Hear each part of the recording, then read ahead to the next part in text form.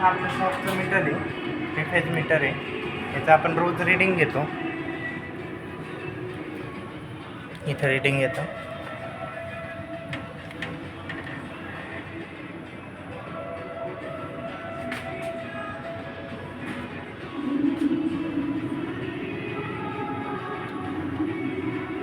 इथून first reading सुरू होतं. आपण फर्स्ट जो आकडा येतो टोटल तो घेतो.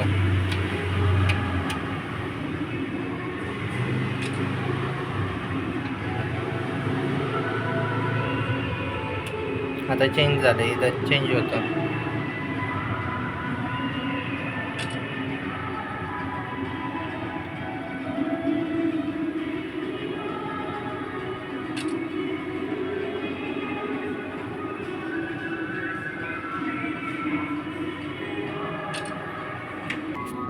आपण कोणते कोणते रेटिंग्स घेतले आता तिथं? 4 रिडिंग्स घेतो.